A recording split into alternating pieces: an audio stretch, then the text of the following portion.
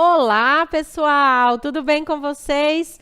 Sejam todos bem-vindos ao nosso Imersão de Direito Previdenciário.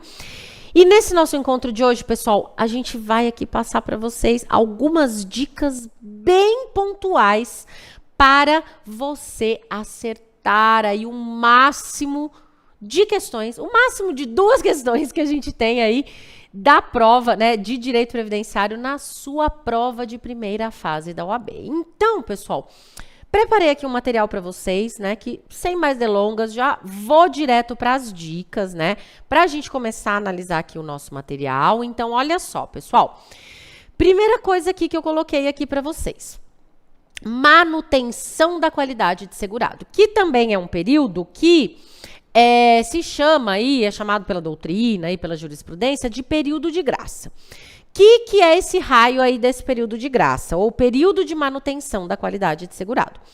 É um período em que a pessoa não vai recolher contribuição previdenciária. Mas mesmo não recolhendo contribuição previdenciária, a lei garantiu que por um determinado período, essa pessoa ainda vai manter a qualidade de segurado. Então, a gente vai ver aqui agora, pessoal, situações em que a pessoa vai parar de contribuir, mas ela não vai perder a sua qualidade de segurado do regime geral de previdência social de forma automática, tá? E aí, quais são os períodos que a gente tem que analisar aqui, pessoal? Primeiramente, o artigo 15 da Lei 8.213 de 91 vai falar assim pra gente, mantém a qualidade de segurado independente de contribuições, sem limite de prazo, quem está recebendo o benefício previdenciário, exceto se esse benefício for um auxílio-acidente. Então, vamos supor que eu sofri um acidente, eu sou empregada de uma empresa, sou segurada da Previdência Social, sofri um acidente, vou precisar ficar 40 dias afastada me recuperando dessa lesão que eu tive no acidente. Durante esses 40 dias, a partir do 16º dia, eu vou receber o auxílio por incapacidade temporária. Quando eu estiver recebendo o auxílio por incapacidade temporária, eu não preciso contribuir.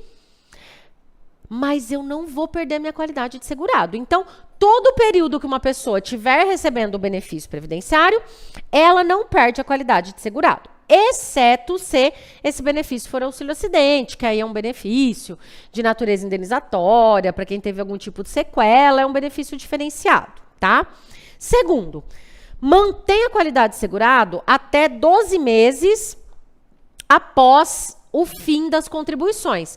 O segurado que deixou de exercer atividade remunerada abrangida pela Previdência Social, ou se ele tiver licenciado ou sem remuneração. Então, vamos supor, eu trabalhava, prestava serviço como empregada, fui dispensada. Se eu fui dispensada, estou atualmente desempregada, eu não estou contribuindo. Se eu quiser, eu posso até contribuir como facultativa, mas enfim, fui dispensada. Não estou contribuindo atualmente porque não sou mais empregada, não sou mais segurada obrigatória. Eu não vou perder minha qualidade de segurado automaticamente, a partir um dia depois da minha dispensa. Não, por 12 meses ainda mantém a qualidade de segurado. Depois, também mantém a qualidade de segurado até 12 meses após a segregação, o segurado que foi acometido de uma doença de segregação compulsória, né? Então, o exemplo doença de segregação compulsória, pessoal, é aquela que a pessoa precisa de isolamento, né? Então, o exemplo mais recente que a gente tem aí de doença de segregação compulsória é a COVID, tá? Então, a partir do momento que o segurado precisou ficar no isolamento, precisou ficar na segregação, após cessar a segregação, se eventualmente ele ainda não voltou, né, a exercer algum tipo de atividade que o enquadre como segurado obrigatório, ele mantém a qualidade de segurado por 12 meses. Também mantém a qualidade de segurado por 12 meses após o livramento, o segurado que estava retido ou recluso. Então, o segurado estava lá cumprindo, né, uma pena de reclusão e estava recluso, e aí, após o livramento, se ele não voltar a exercer alguma atividade, né, que o enquadra como segurado obrigatório também, ele mantém a qualidade de segurado. E aí, por 6 meses, mantém a qualidade de segurado após encerrar as contribuições. O segurado facultativo, Então, aqui é diferente, tá? Então, para quem era segurado obrigatório, cessou a contribuição, mantém a qualidade de segurado por 12 meses. Para quem estava contribuindo como facultativo, deixou de contribuir por algum motivo, mantém a qualidade de segurado por 6 meses. E, por fim, mantém a qualidade de segurado até 3 meses após o licenciamento, o segurado que foi incorporado aí às Forças Armadas, né, para prestação do serviço militar obrigatório. Tudo bem? Então, esses são aí os períodos de manutenção da qualidade de segurado. Primeiro tema que eu tô passando dica aqui para vocês. Segundo tema que eu quero conversar aqui com vocês dentro das nossas dicas. Ó, segurados facultativos. A gente tem, pessoal, algumas pessoas que elas não vão ter opção. Elas vão ter que contribuir para o sistema, elas querendo ou não, que são os chamados segurados obrigatórios. Só que ao lado dos segurados obrigatórios, a gente tem também os chamados segurados facultativos. Os segurados facultativos, pessoal, eles têm opção. Eles contribuem se eles quiserem. Mas, Gê, quem pode contribuir como segurado facultativo? Se quiser. A pessoa com mais de 16 anos, que não exerce nenhuma atividade remunerada, ou então a pessoa que não está enquadrada como segurado obrigatório no regime geral de previdência social, ou a pessoa que não está vinculada a nenhum RPPS, a um regime próprio. Então, as pessoas que ou não têm nenhuma renda, não exercem nenhuma atividade remunerada, ou então pessoas que não estão vinculadas ao RGPS ou ao RPPS, regime próprio, elas podem contribuir de forma facultativa. Principais exemplos que a gente tem aqui de segurados facultativos, pessoal. A gente tem quem se dedica exclusivamente ao trabalho doméstico no âmbito de sua residência, a dona de casa, ou o dono de casa também, por que não, né? Então, quem realiza trabalho doméstico na sua própria residência, síndico de condomínio, quando não remunerado. Síndico de condomínio, quando não remunerado. Gente, síndico de condomínio, prestem atenção, porque o síndico de condomínio, ele pode ter duas situações.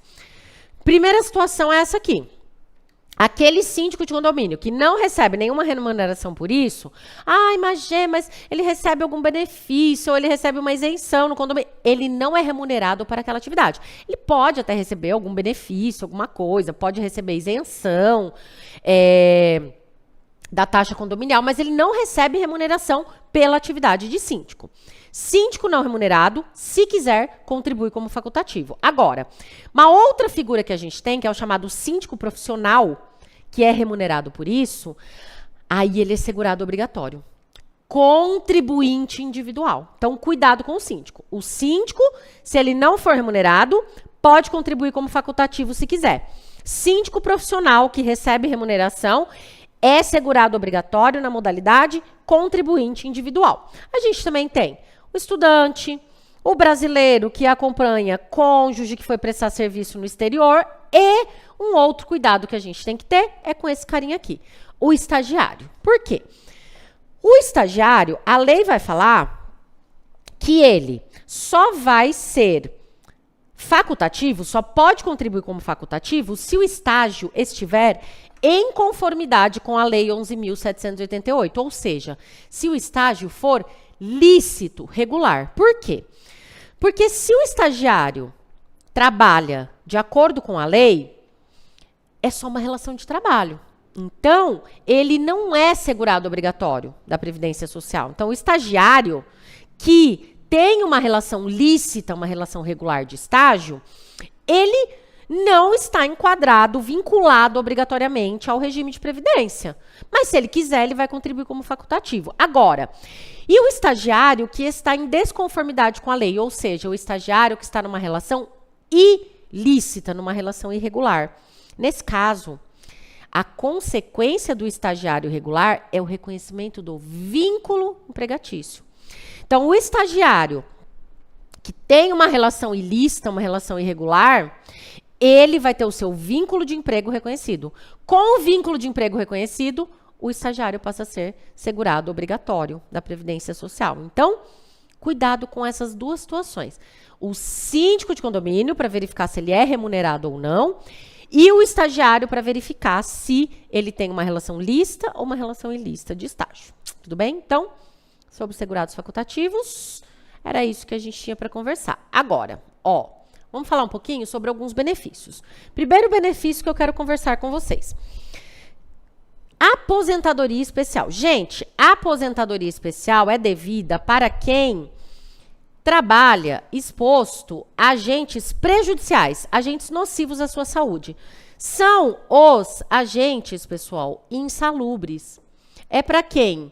A aposentadoria especial é para quem? Lá no direito do trabalho, realiza uma atividade insalubre. Realiza uma atividade insalubre. E aí, primeira coisa, pessoal, quais são os requisitos para aposentadoria especial? Sendo válido destacar, pessoal, que diferente das demais aposentadorias, que em regra as demais aposentadorias, elas vão ter critérios diferentes para homens e mulheres, principalmente com relação ao critério de idade. Aposentadoria especial, não. Aposentadoria especial, mesmos critérios para homens e mulheres. E aí a gente tem, ó, quem exerce atividade especial que exige 15 anos de contribuição pode se aposentar com 55 anos de idade. Então, ó, atividade especial que exige 15 anos de contribuição, o segurado pode se aposentar com 55 anos de idade.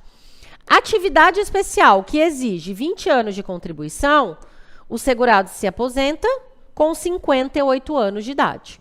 Com 58 anos de idade. E atividades que exijam 25 anos de contribuição, 25 anos de contribuição, o segurado pode se aposentar com 60 anos de idade. Então, gente, ó, percebam que a aposentadoria especial, ela conjuga dois critérios, dois requisitos.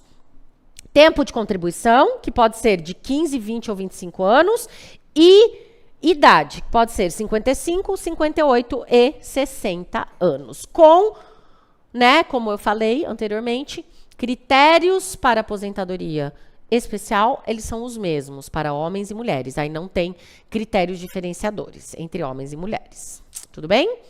Depois, próximo benefício que eu quero falar com vocês, pessoal, é o salário família. O salário família.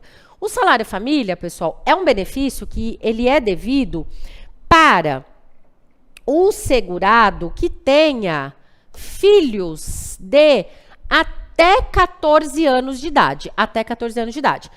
Mas se for um filho inválido, aí é sem limite de idade, tá? Então, o salário família, pessoal, ele é um benefício que ele vai ser pago por cota para segurados baixa renda, você tem que cumprir esse critério, segurado baixa renda, que tenha filhos de até 14 anos de idade, ou se o filho for inválido, aí não tem esse limite de 14 anos. E aí, gente, o segurado que for realizar o requerimento do salário família, ele vai ter que apresentar a certidão de nascimento do filho, né?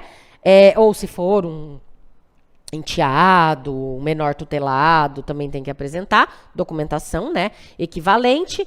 A apresentação anual de atestado de vacinação obrigatória e também comprovar a frequência à escola. Então, esses são os documentos que os segurados têm que apresentar para fazer o requerimento do salário família. Certidão de nascimento, né, da criança, do filho, ou do adolescente, né, até 14 anos pode ser adolescente, criança ou adolescente, atestado de vacinação obrigatória e comprovação de frequência à escola. Mas, ó, observação importante aqui.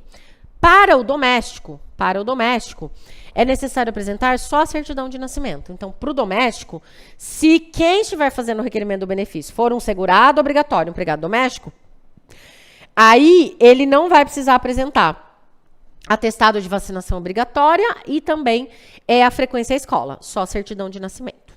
Beleza? Então, tá bom. Depois, próximo benefício que eu quero conversar com vocês é o auxílio reclusão. O auxílio reclusão, pessoal, é um benefício que ele é devido para os dependentes do segurado baixa renda que for recolhido à prisão em regime fechado. Então, o auxílio reclusão é um benefício que ele não é devido para o segurado. Ele é devido para os dependentes do segurado que está recluso, tá? E aí, o auxílio reclusão, ele vai ser devido, pessoal, somente durante o período em que o segurado estiver recolhido à prisão sob regime fechado, tá? E aí, para fazer o requerimento do auxílio reclusão, pessoal, o dependente vai ter que juntar a certidão judicial do recolhimento do segurado ao regime prisional. Precisa dessa certidão, tá, pessoal? Porque, assim, auxílio reclusão não vai ser devido no caso de regime semiaberto, de regime aberto. É só para os dependentes do segurado que estiver cumprindo pena no regime de reclusão, pena de reclusão. Tudo bem? E aí, eu quero, conversar com vocês sobre mais um benefício que é o auxílio acidente. O auxílio acidente. Gente, o auxílio acidente, ele é um benefício previdenciário bem diferente, bem diferenciado. Por quê? O auxílio acidente, ele é o único benefício previdenciário de natureza indenizatória. Em regra, a maioria dos benefícios previdenciários tem natureza alimentícia, tem natureza alimentar. A grande maioria dos benefícios previdenciários vai servir para o sustento, para a subsistência do segurado. Agora, o auxílio acidente, ele só vai ser devido no caso de... não só vai ser devido, não. Ele é o único benefício de natureza indenizatória.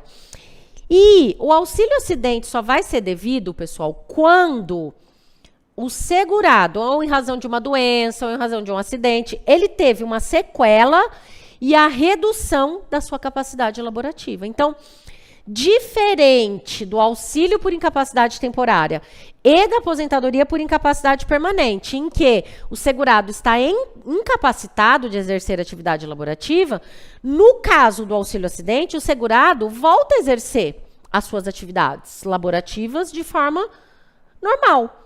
Mas ele teve uma redução da capacidade laborativa. Então, o auxílio acidente, pessoal, vem indenizar essa redução da capacidade laborativa, tá?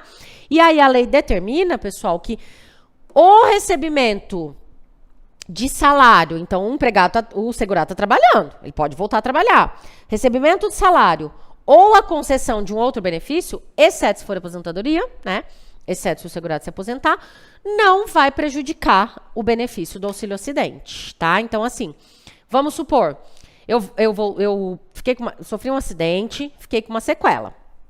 Voltei a trabalhar, mas eu tive a redução da minha capacidade laborativa por causa daquela sequela. E aí, vamos supor que em um determinado momento lá do meu contrato de trabalho, eu tive um bebê e passei a receber salário maternidade. Outro benefício, que não é o de aposentadoria, que é a exceção. Posso receber o salário maternidade com auxílio acidente? Posso, normalmente. Então, o único benefício que vai aí cancelar o auxílio acidente é se eu me aposentar e passar a receber a aposentadoria. Mas se for um outro benefício, pode acumular. Tudo bem? E agora, para finalizar, vou passar aqui para vocês, pessoal, só como que a banca examinadora aí costuma cobrar, alguns temas aí de previdenciário. Então, olha só. Questão cobrada no 40º exame da OAB. Manuel é segurado de baixa renda, tendo sido recolhido à prisão em regime fechado no dia 1/1/2022. Antes da prisão, ele recolheu 12 contribuições mensais à Previdência Social. E tem como único dependente o filho Maurício, de 19 anos.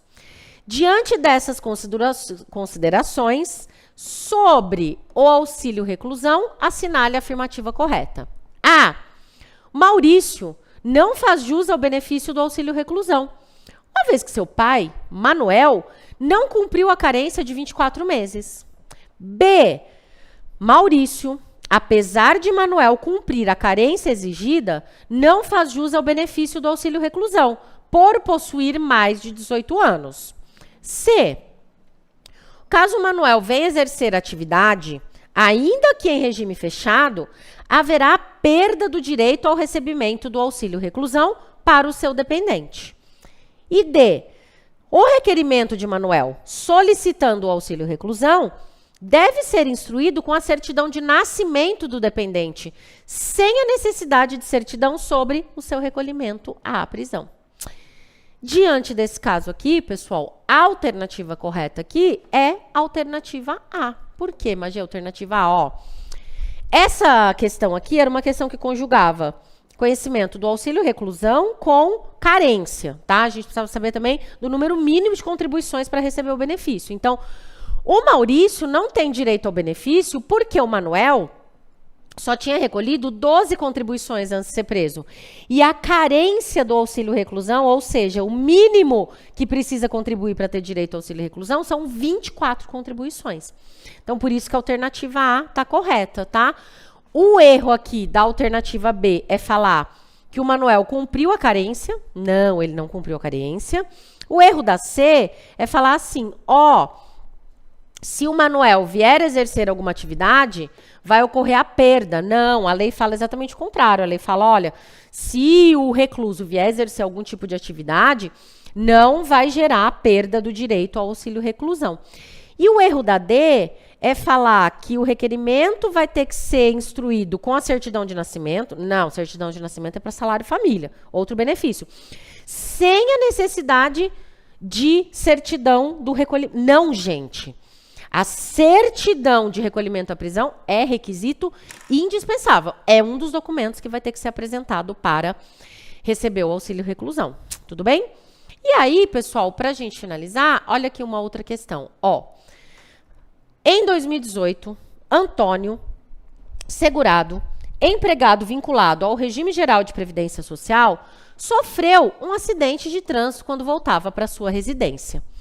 Depois de 2 anos de afastamento, ele recebeu alta previdenciária e retornou ao trabalho. No entanto, o Antônio apresenta sequelas do acidente que reduzem a sua capacidade laborativa. Assinale a opção que indica o benefício previdenciário que ele poderá receber após a alta. A. Auxílio acidente. B. Benefício por incapacidade temporária. C. Pecúlio previdenciário. D. Abono de permanência em serviço. Gente, ó, as palavrinhas que eu grifei aqui. Sequela e redução da capacidade laborativa. O benefício que ampara esse tipo de risco, esse tipo de contingência, é o auxílio acidente. Auxílio acidente, tá, gente? Por quê? Ele sofreu um acidente, ficou afastado, incapacitado para o trabalho. Depois de 2 anos, ele até conseguiu retornar para o trabalho, mas com sequela e com a sua capacidade laborativa reduzida. Então, o benefício aí é o auxílio acidente. Tudo bem? Então, quero agradecer a companhia de todos nesse nosso encontro de hoje. A gente ainda vai se encontrar para mais algumas dicas, né, em outros momentos, mas por enquanto, dicas de direito previdenciário, era isso que eu tinha para conversar com vocês. Tchau, tchau, pessoal!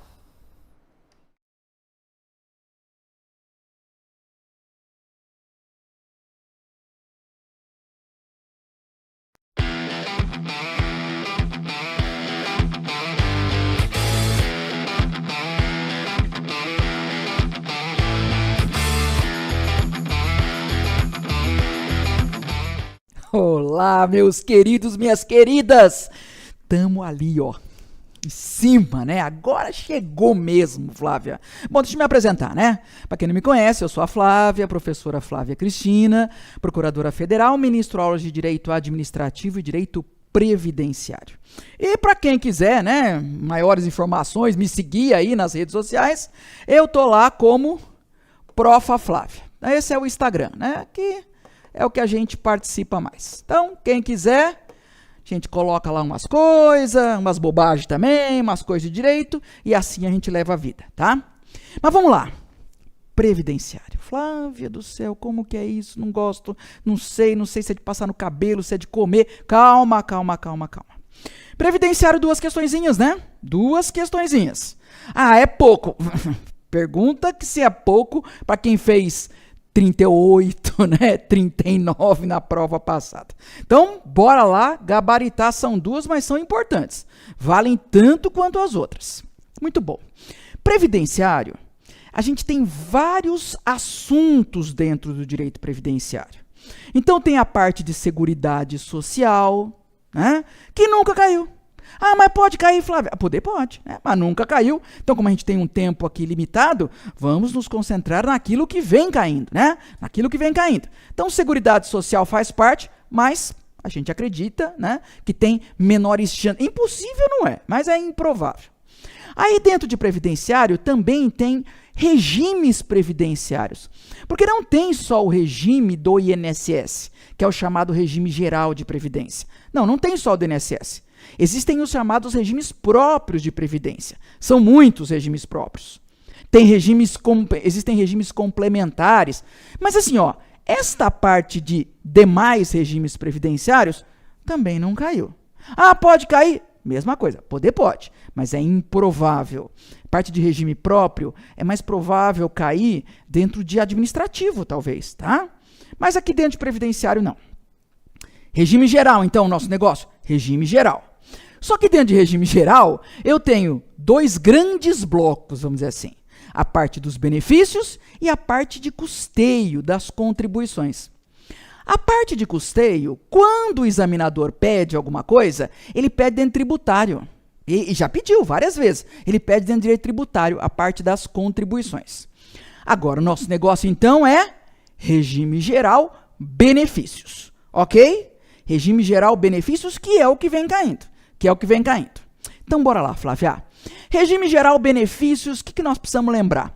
Nós precisamos lembrar um assunto que o examinador adora, que são os tipos de segurados. E quando a gente fala de tipos de segurados, a gente tem que fazer a grande divisão. Ou seja, eu tenho os chamados segurados facultativos. Os segurados facultativos, que são aqueles que não exercem atividade remunerada, filiação facultativa, exemplo de segurado facultativo, dona de casa, tal, beleza. E existem os segurados obrigatórios, é o segundo grupo, os chamados segurados obrigatórios. Estes daqui são aqueles que exercem atividade remunerada. E por que exercem atividade remunerada? Eles têm filiação obrigatória. Eles exercem atividade remunerada e, portanto, têm filiação obrigatória. Eles são obrigados a contribuir para o INSS, para o regime geral. Legal. Segurados obrigatórios são subdivididos. Nossa, Flávia, é. Dentro dos segurados obrigatórios, eu tenho o empregado, eu tenho o empregado doméstico, eu tenho também o contribuinte individual, tenho o trabalhador avulso, e o segurado especial. Então, estes são os chamados segurados obrigatórios. O que eles têm em comum, esses 5 aqui? Todos exercem uma atividade remunerada do regime geral. Agora, tem benefício que é pago para um, não é pago para outro, não é? Às vezes, o cálculo do benefício é diferente, carência, ou seja, é muito importante saber em qual categoria a pessoa deve ser alocada. Ah, exerce atividade remunerada do regime geral? É um trabalhador comum, vamos dizer assim? Ok, então é segurado obrigatório. Mas é segurado obrigatório em qual destas categorias? Legal. A resposta a gente encontra na lei.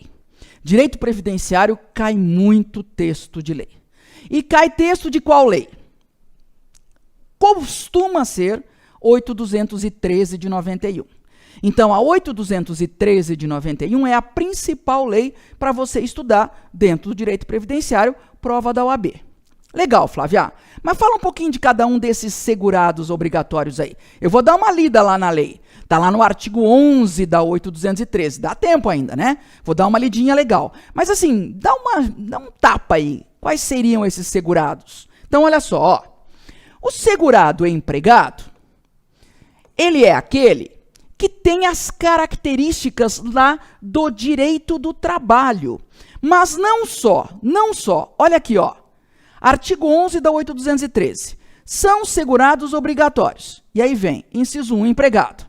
Se você vai para o inciso 1, fala, aquele que presta serviço de natureza urbana ou rural à empresa, não eventualidade, subordinação, remuneração. Aqui a gente tem, como eu falei, o empregado do direito do trabalho. Mas não é só ele. Existem aqui pessoas, vamos dizer, que são segurados obrigatórios na categoria empregado do direito previdenciário e não são considerados empregados por direito do trabalho. Por exemplo, exercente de mandato eletivo, desde que não vinculado a regime próprio de previdência. Então, o exercente de mandato eletivo, se não tem regime próprio, é do regime geral e é da categoria empregado. Outro aqui, ó. O cara que é servidor ocupante de cargo em comissão. Cargo em comissão, aí do direito administrativo, não é? Aquele que tem aquele cargo de livre nomeação e exoneração, chamado cargo ad nutum. Então, este é o empregado. Tem vários aqui, vários. Legal, Flávia. Aí, quem seria o tal do empregado doméstico? Quem seria o empregado doméstico?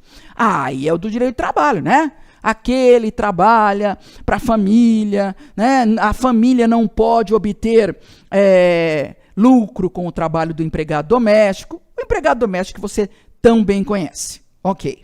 Aí temos o chamado contribuinte individual. Contribuinte individual. Bom, contribuinte individual é meio que uma categoria residual, sabe? É mais ou menos assim, ó.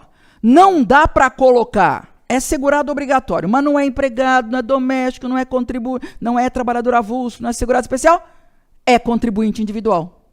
Então aí é aquela pessoa que trabalha por conta, sabe aquela pessoa que trabalha por conta? É o chamado contribuinte individual. Mas lá na lei tem muita gente, seria bom você dar uma olhadinha. Que mais? Bom, aí nós temos o trabalhador avulso. A grande característica do trabalhador avulso é a intermediação de mão de obra. Então, o pessoal que trabalha no porto, pessoal que faz movimentação de mercadorias, é o chamado trabalhador avulso, intermediação de mão de obra. E, finalmente, o nosso segurado especial. Segurado especial é aquele que trabalha em regime de economia familiar, ele, a família dele, né? Uma terrinha pequena, exerce atividade agropecuária, tem lá arroz, feijão, milho, umas vaquinhas e tal. Este é o segurado especial, aquele cara que trabalha ele e a família dele numa terra pequena, né? E esse é o segurado especial. Beleza? Então, segurados, nós temos os facultativos e os obrigatórios. Obrigatórios subdivididos nessas 5 subcategorias. Mas além dos segurados, nós também temos dentro do regime geral, o direito previdenciário, os chamados dependentes. E ó, se tem um assunto que o examinador gosta, é dependentes. Se tem uma coisa que o examinador gosta de perguntar, é sobre os dependentes e mais, dependentes e seus benefícios. Porque os dependentes, quais os benefícios que dependente pode receber? Auxílio reclusão e pensão por morte.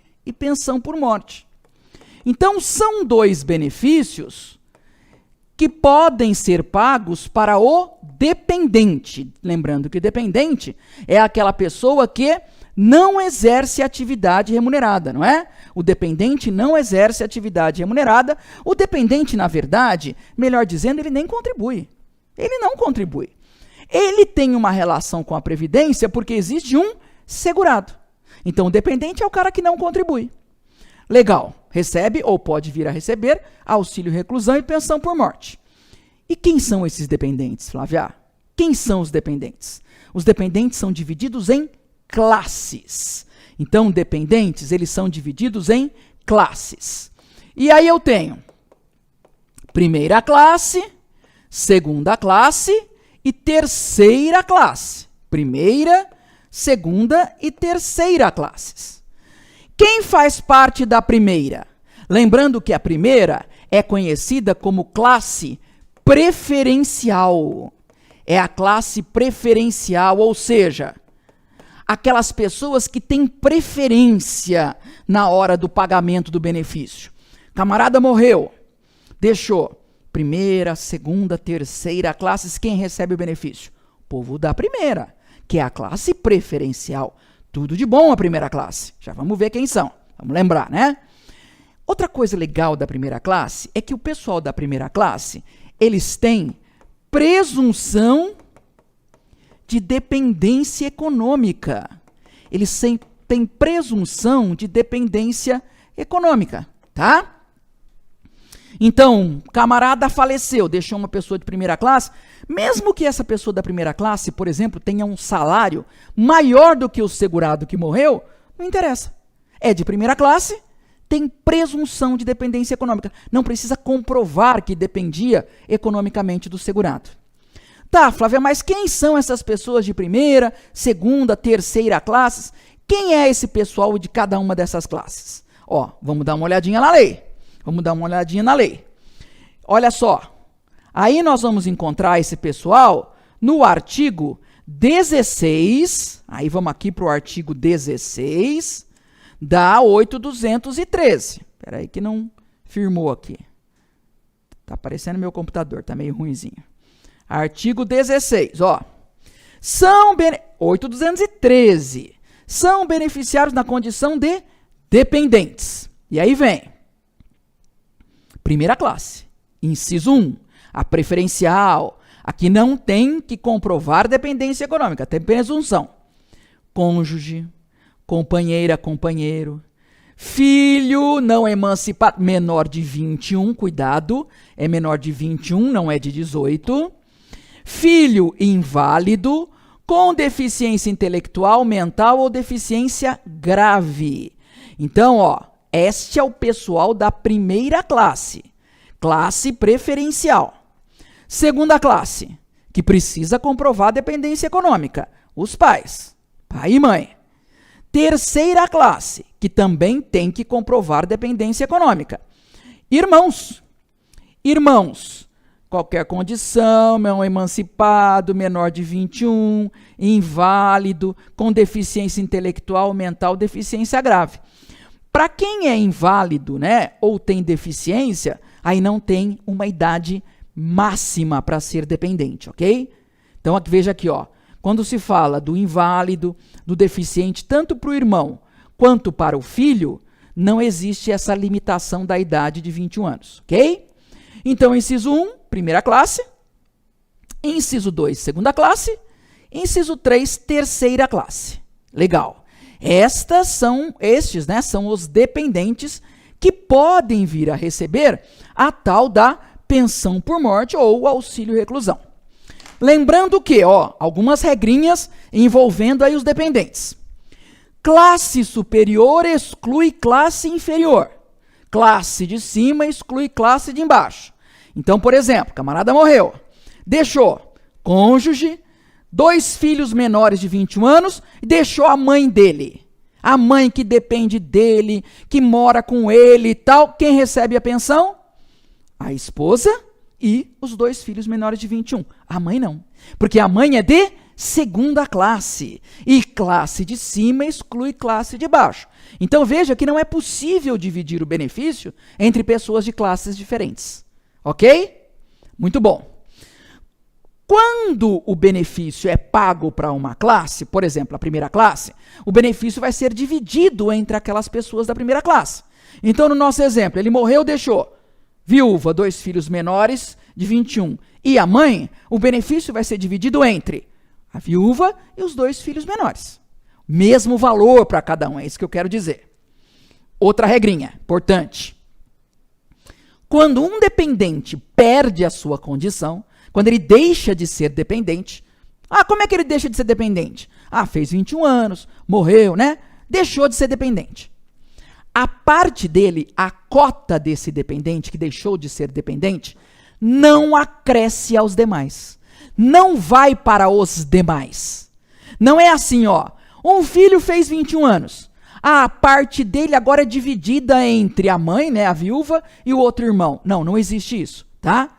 Então, não acresce aos demais. Ok? Tranquilo? Fácil, Flávia. Esses são os dependentes. Legal. Outro assunto que o examinador gosta de perguntar é carência. Carência. E o que é carência, Flávia?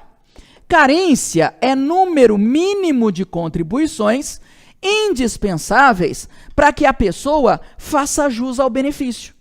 É que tipo plano de saúde, né? Não tem plano de saúde? A pessoa entrou no plano de saúde, tem lá 10 meses para parto, não é isso? Tantos meses para uma cirurgia mais complexa. É a tal da carência. Regime geral, direito previdenciário, também tem carência. Não todos os benefícios, desculpa, mas alguns têm carência. E aí, Flávia, como é que fica isso? Vamos dar uma olhadinha, ó. Vamos para a lei, para a gente ver como é que funciona essa história de carência. Chateei lá pro artigo. Desce. A gente quer falar tanta coisa que até engasga, né? Desce, estamos na 8.213, tá? Estamos na 8.213. Começa aqui, ó. Artigo 24, 8.213. Que é a tal da carência? Número mínimo de contribuições mensais, ok. Aí, artigo 25. Quais os benefícios que têm carência? Quais os benefícios que têm carência? E aí, eu quero voltar aqui, por quê? A 8.213, ela ainda não está muito bem atualizada, então ela chama alguns benefícios com nomes antigos. Legal.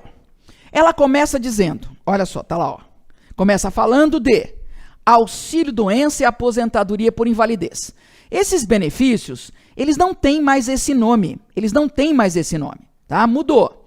O auxílio-doença agora, ele se chama auxílio por incapacidade temporária. É auxílio por incapacidade temporária. E a aposentadoria por invalidez agora chama aposentadoria por incapacidade permanente. Então eu tenho o auxílio por incapacidade temporária, antigo auxílio-doença, aposentadoria por incapacidade permanente, antiga aposentadoria por invalidez. Legal. Para estes dois benefícios, a cobrança ou não de carência depende do evento causador da incapacidade. Depende da resposta à seguinte pergunta: o que te aconteceu, meu filho, né, que você está incapaz? Por quê? Se por um acaso esta incapacidade, tanto do auxílio quanto da aposentadoria, decorre de um acidente, não tem carência. Também não tem carência se decorre de uma doença grave. Também não tem carência se decorre de uma doença grave. Quais são as doenças graves? Volta para a lei aqui, ó. Volta para a lei. Artigo 26. Não, 26 não, peraí. Artigo. Pô, cadê aqui o artigo? Peraí que a tia vai achar já. Acho que eu passei ele. Que aí não tem carência. São as chamadas doenças graves. Está no decreto. Está no decreto. Mas, ó, então aí você vai ver.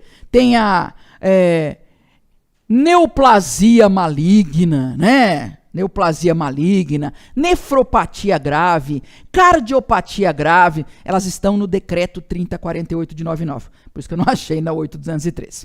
Então, se for o evento causador da incapacidade, temporária ou permanente, for um acidente, uma doença grave, não tem carência. Não tem carência, tá? E quando é que vai ter carência? Quando não for nessas situações, quando não decorre dessas situações. Aí a carência é de quanto? 12 contribuições. Então, em regra, auxílio e aposentadoria, carência de 12 contribuições. Mas se for um acidente, se for doença profissional, doença do trabalho, se for doença grave, não tem carência. Lembrando que auxílio por incapacidade temporária, o nome já diz, decorre de uma incapacidade temporária. Essa incapacidade pode ser por um acidente, por uma doença, mas é algo temporário. Enquanto que a aposentadoria por incapacidade permanente, esta decorre de uma incapacidade permanente. Essa incapacidade pode vir de um acidente, de uma doença, também não importa, ok? Muito bom. Outro benefício que está na lei e que pede carência, vamos olhar aqui. Vimos a aposentadoria e o auxílio por incapacidade. Aí, salário maternidade,